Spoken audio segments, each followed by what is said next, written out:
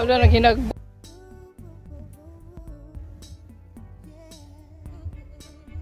Sadyo ka daw? Anja, kung saan naman na imong kuan? No? Halang doon nga decorator.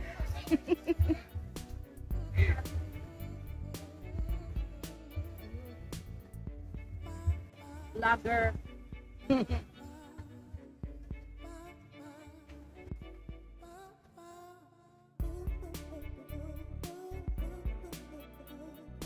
Pinakagwapo sa barangay Kanjuom.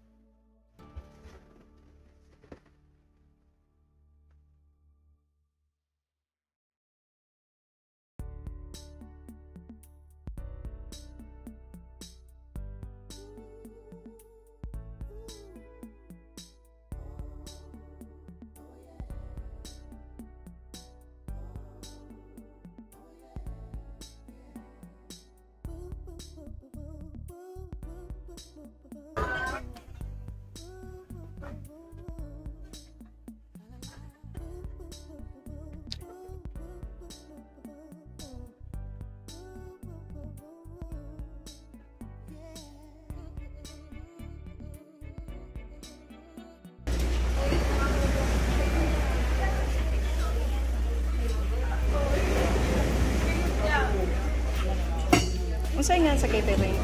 Filma sa catering. Filma? Filma. Ah, Filma.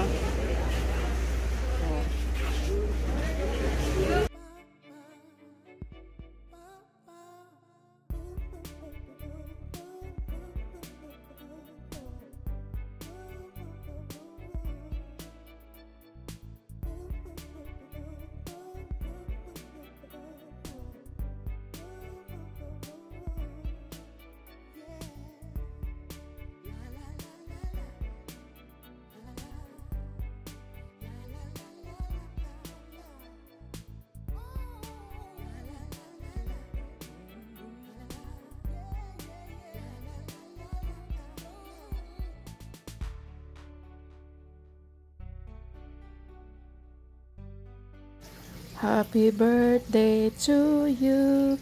Happy birthday to you. Happy birthday, happy birthday.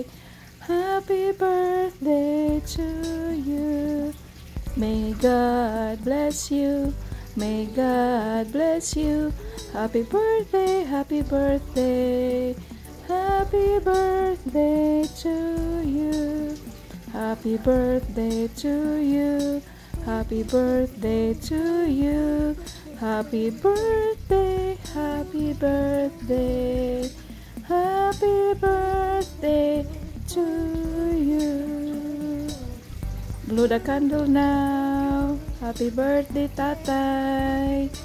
Sana masaya ka. Alam ko masaya ka eh. Blow, blow, blow. Oh, nakakatuwa, diba? Simpleng kasayahan lang para sa birthday niya. Happy birthday, tatay. 81st birthday. Sana bigyan ka pa ng mabuting kalusugan ng Panginoon at mas mataas pang buhay, diba? Para makasama ka pa namin. God bless. Papa, siya humana pa jet lag. Okay, let's eat na.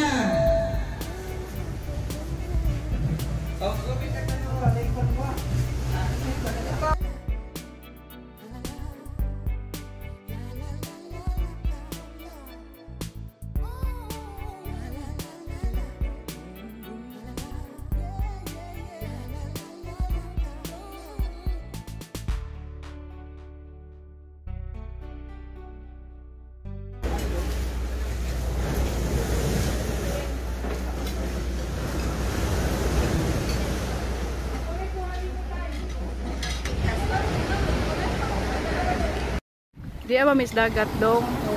Da? O da wila dia. Birthday.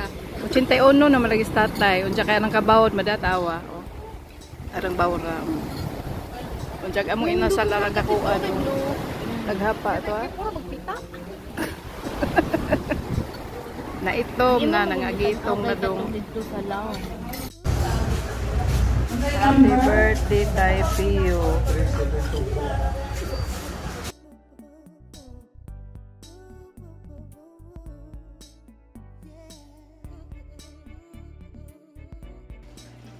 So ngayon ako naman ang i-eksena. Kasi magbibigay ako ng regalo sa tatay ko. Sana masaya siya. Pero alam ko masaya siya kasi ang nilagay ko dito sa regalo ko sa kanya, may pera. Pag pirang pag-usapan, masaya ang tatay ko. Ang regalo ko sa kanya, mga kapatid, ay wallet na naka customize na nandyan yung kanyang pangalan at mayroong note sa loob ng wallet. Maganda siya, binili ko lang siya sa Amazon pero not so expensive but it's really nice and cute. At nilagyan ko rin ng cash para pag open niya sa wallet niya, may laman namang pera, di ba? Sumasaya siya. Kaso lang, maganda sana kung yung original na audio ang nandito. Kaso may music kasi nung nagvi-video kami, so hindi ko pwedeng hindi i-mute ang original sound gawa ng music. Hindi talaga maiwasan yung mga ganyan pag nasa mga iiwasan ko na lang masipi.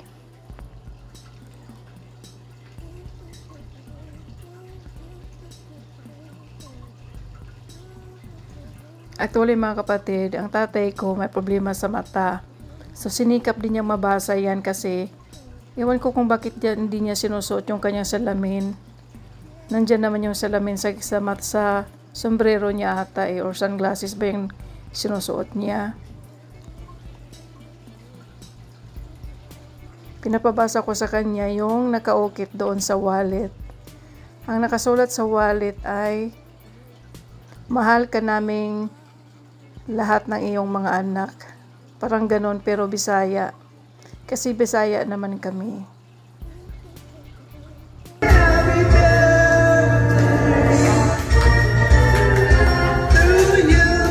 So makikita natin masaya naman ang Tatay Churino. So ito na. Gugulatin namin si Tatay.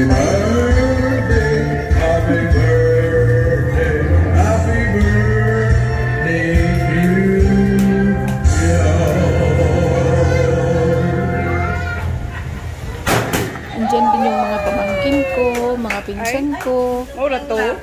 mga kaibigan ng kapatid ko, mga kabashmate niya.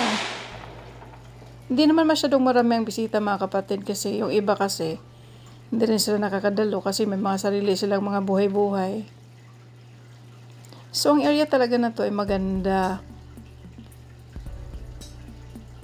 So might we will come back here pag may iba na namang selebrasyon.